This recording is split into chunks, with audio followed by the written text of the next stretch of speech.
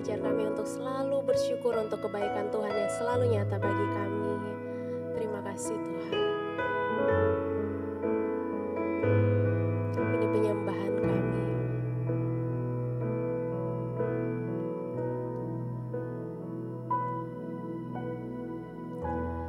Banyak yang kau perbuat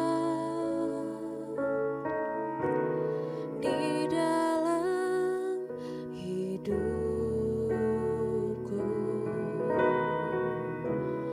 rancangan indahmu terjadi di hidupku, Bapa yang mengerti segala yang ku perlu. Kasih-Mu sempurna, nyata dalam hidupku. Ku bersyukur Bapa, ku bersyukur Tuhan, buat kasih setia-Mu di dalam hidupku. Ku bersyukur,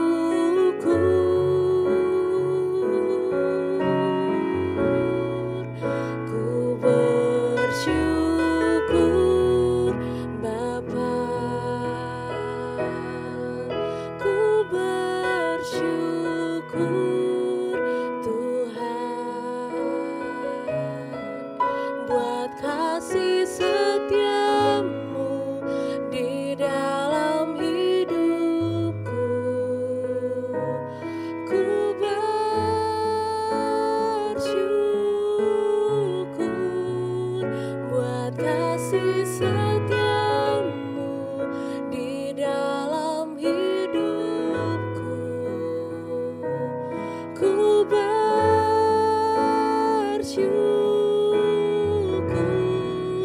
buat kasih setia-Mu di dalam hidupku. Ku bersyukur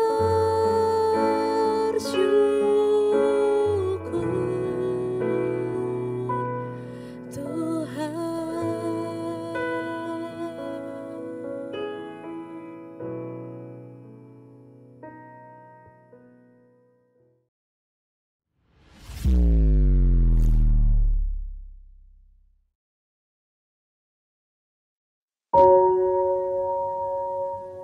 Shalom, puji nama Tuhan.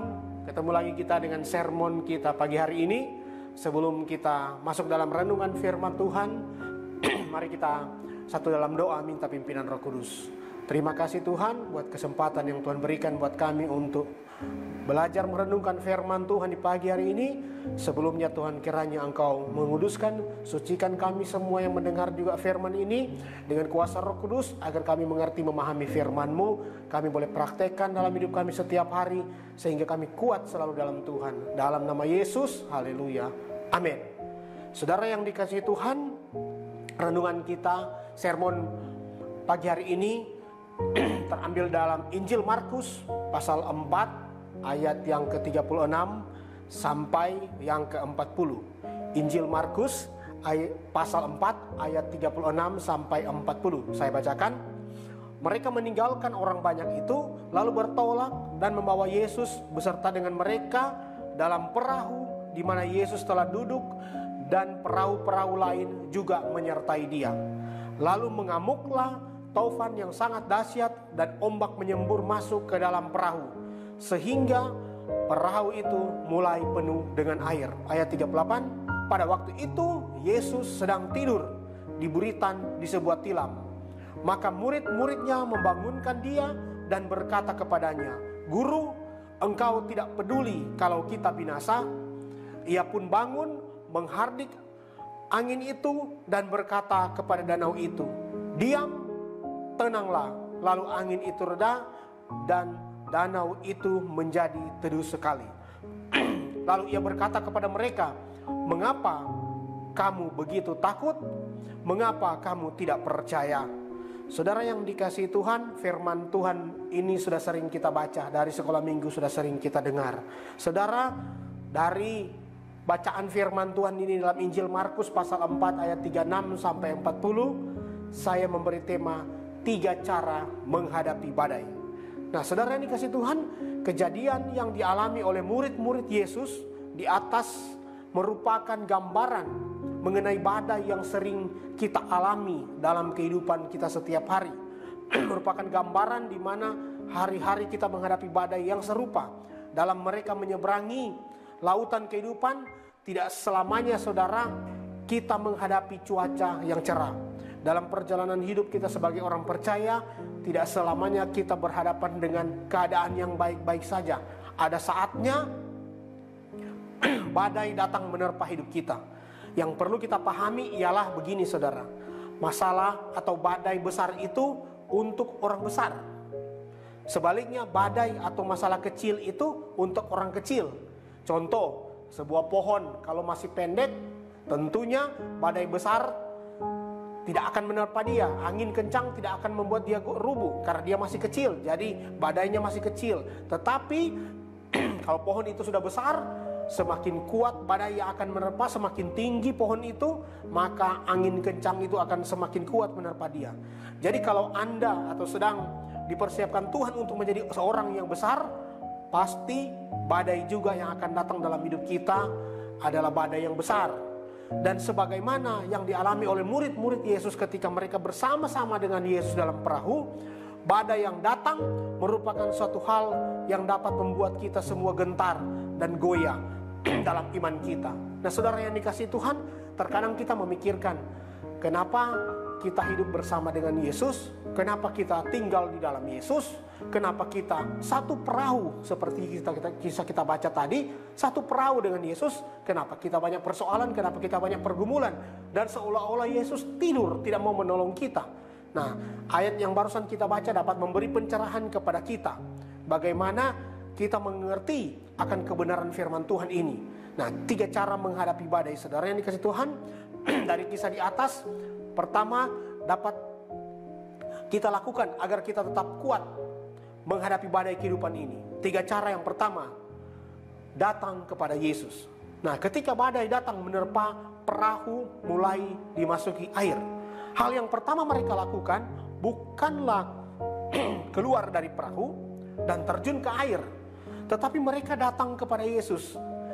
Saudara dikasihi Tuhan, jangan cari orang lain atau bahkan mencari pendeta dalam tanda petik untuk menyelesaikan masalah kita. Bukan berarti mencari pendeta itu salah, tetapi Tuhanlah yang harus diprioritaskan dalam hidup kita. Dengan kata lain, ketika kita ada pergumulan, ketika kita ada persoalan, ketika kita ada masalah, ketika badai itu datang, sekonyong-konyong badai itu datang, kita lagi enak dalam perahu kehidupan kita merasa ada Yesus, padahal tanpa kita ketahui Yesus sedang tidur dalam tanda petik seperti kisah di bawah ini. Tiba-tiba angin badai datang dan mereka ketakutan dan mereka takut. Nah, poin pertama yang harus kita perhatikan, datang pada Yesus. Saudara, jangan keluar dari perahu kehidupan kita. Jangan keluar, jangan lari, jangan cari orang lain. Jangan terjun ke air, saudara. Jangan terjun ke air, saudara. Cari, datang kepada Yesus. Yesus itu ada di dalam. Yesus itu ada di dalam kita. Yesus itu ada dalam perahu. Yang notabene berdasarkan kisah ini dia tidur dalam tanda petik. Nah, dengan tujuan kita cari Yesus, kita datang kepada Yesus. Saudara, Tuhan itu sangat senang ketika setiap persoalan, pergumulan, atau kita baik, senang, susah, kita datang kepada Yesus. Kita cari Yesus, kita cari Dia. Maka Tuhan akan berkenan kepada orang-orang yang mau menemui Dia tanpa ada motivasi apapun. Nah, saudara, di kisah ini poin pertama supaya kita kuat menghadapi badai, itu yang pertama, datang kepada Yesus. Jangan cari orang lain, jangan cari yang lain. Nah, datang kepada Yesus, jaraknya hanya sejauh doa. Seberapa sering kita berdoa, seberapa sering kita menyembah Tuhan. Kalau Yesus sudah ada dalam hidup kita, bermanunggal dengan hidup kita, pasti ketika kita cari Dia, Dia akan muncul, Dia akan datang. Itu poin yang pertama, ketika badai kehidupan datang. Cari, datang kepada Yesus. Poin yang kedua, ketika badai hidup datang dalam hidup kita, kita tahu ada Yesus dalam hidup kita. Alkitab berkata, bangkitkan rohmu, bangkitkan roh kita. Mungkin dalam kehidupan kita setiap hari, kita terjebak dengan rutinitas pekerjaan kita, atau rutinitas pelayanan kita, atau rutinitas aktivitas kita setiap hari. Nah, ketika ada badai, masalah datang, bangkitkan rohmu. Nah, badai yang menerpa perahu Yesus dan murid-muridnya membuat murid-muridnya sangat ketakutan. Mereka sangat takut, mereka sangat frustasi. Nah, seperti perjanjian lama juga dalam Mazmur 42 dan 43, pasal 42-43, itu menceritakan kondisi pemazmur yang sedang dalam keadaan yang sangat mencekam, dikejar-kejar oleh musuh. Nah, saudara dikasih Tuhan, sama seperti badai yang menakutkan yang dialami oleh murid-murid Yesus. Pemazmur itu mengatakan kepada jiwanya untuk tidak gelisah dan berharap kepada Allah. Saudara yang dikasihi Tuhan, Tuhan mau ketika kita ada dalam persoalan, ketika kita dalam pergumulan, kuatkan roh kita, kuatkan iman kita.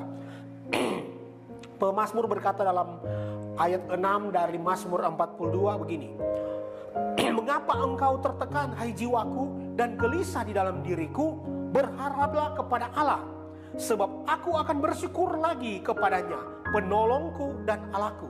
Saudara dikasih Tuhan, ini sampai diulang 2 kali saudara. Dalam pasal 43 ayat 5 sama saudara. Di ayat 12 pasal 42 juga berkata, mengapa engkau tertekan hai jiwaku, dan mengapa engkau gelisah dalam diriku? Berharaplah kepada Allah, sebab aku bersyukur lagi kepadanya, penolongku dan Allahku. Saudara, dalam pergumulan persoalan hidup kita, jangan hanya sekali untuk membangkitkan roh kita supaya kita kuat menghadapi badai. Mari pakai firman Tuhan ini, bangkitkan roh kita, katakan kepada jiwa kita, jangan tidur, kita harus bangkit, kita harus kuat, supaya badai itu kita bisa hadapi, kita bisa lewati. Nah, saudara kasih Tuhan, manusia batinia atau roh kita harus senantiasa lebih kuat dibanding manusia jasmani kita. Nah, saudara kasih Tuhan, Alkitab berkata bahwa daging lemah, roh penurut tapi daging lemah. Dengan kata lain, roh itu menuruti apa yang daging perbuat. Tetapi saudara dikasih Tuhan, Tuhan mau dalam hidup kita sebagai orang percaya yang bertumbuh di dalam Kristus, yang sudah punya dasar kebenaran firman Tuhan di dalam Kristus, kita harus kuat secara roh. Mungkin jasmani kita secara umur akan dimakan usia, kita akan menurun, aktivitas kita atau kondisi kesehatan kita akan menurun. Tetapi Alkitab katakan 2 Korintus 4 ayat 16, sebab itu kami tidak tawar hati, tetapi meskipun manusia lahiria kami semakin merosot, namun manusia batinia kami dibaharui dari sehari ke sehari. Dengan kata lain, Rasul Paulus berkata, sekalipun kita dalam pelayanan batin kita atau manusia jasmani kita semakin lemah, semakin menurun, tetapi roh kita harus kuat, roh kita harus bertumbuh, roh kita harus punya iman yang kuat, supaya kita bisa menghadapi badai. Sekalipun tubuh kita lemah, tetapi badai itu kita bisa lewati karena ada Yesus di dalamnya akan menolong kita di tengah-tengah kelemahan kita. Poin yang ketiga saudara, supaya kita menghadapi badai ini kita bisa kuat, kita keluar sebagai pemenang. Poin yang ketiga, yang terakhir, galilah potensi diri. Dengan kata lain, murid-murid Yesus itu punya potensi yang sangat luar biasa. Saudara, mereka sangat potensi sebelum mereka menjadi murid Yesus. Mereka adalah seorang nelayan dengan berbagai profesi masing-masing. Mereka sangat berpotensi. Tetapi kita lihat saudara, di Kisah Rasul 1 ayat 8, ketika mereka menerima Roh Kudus, potensi itu sangat powerful. Karena ini cikal bakal gereja berdiri, yaitu Roh Kudus diturunkan kepada mereka sesuai janji Tuhan. Di Kisah Rasul pasal 1 ayat 8 berkata, tetapi kamu akan menerima kuasa kalau Roh Kudus turun ke atas kamu, dan kamu akan menjadi saksiku di Yerusalem dan di seluruh Yudea dan Samaria dan sampai ke ujung bumi. Nah, saudara dikasih Tuhan, ketika kita gali potensi diri kita, Tuhan tahu hati kita, Tuhan tahu keadaan kita. kita akan diberikan Roh Kudus. Kita akan diberi kekuatan lewat Roh-Nya yang kudus. Karena ini adalah zaman Roh Kudus di mana Dia berkarya. Mintalah, maka Roh Kudus itu akan diberikan kepada kita untuk memperlengkapi kita dalam pelayanan, untuk menjadi orang yang berkuasa. Berkuasa dalam apa? Berkuasa mengalahkan kedagingan kita. Kita punya kuasa untuk menyalibkan daging kita, atau kita punya kuasa menghadapi badai persoalan hidup ini. Kita bisa menang. Sekalipun orang lain lihat keadaan kita tidak memungkinkan kita menang dari setiap persoalan, pergumulan, perkara-perkara yang terjadi dalam hidup kita. Tetapi ketika kita meminta Roh Kudus, Dia turun tangan, campur tangan, turun menaungi kita, maka perkara-perkara itu bisa kita selesaikan. Dan ketika badai menerpa perahu mereka, pada saat itu Yesus bertanya kepada murid-muridnya, "Mengapa kamu begitu takut? Mengapa kamu tidak percaya?" Saudara dikasih Tuhan, Yesus sebenarnya tahu bahwa murid-muridnya sanggup untuk menghadapi masalah seberat apapun. Bahkan mati sekalipun mereka siap. Dan bahkan mereka mampu untuk punya potensi yang besar untuk menaklukkan dunia. Tetapi Yesus mau menguji iman mereka. Ketika Yesus menguji iman mereka, dan pada akhirnya mereka jadi orang-orang yang hebat. Rasul ini menjadi orang yang sangat hebat, saudara. Inilah 3 poin bagaimana menghadapi badai berdasarkan Markus 4 ayat 36 sampai 40. Yang pertama, datang kepada Yesus. Kedua, bangkitkan roh kita. Yang ketiga, galilah potensi diri kita. Amin buat firman Tuhan. Kita berdoa.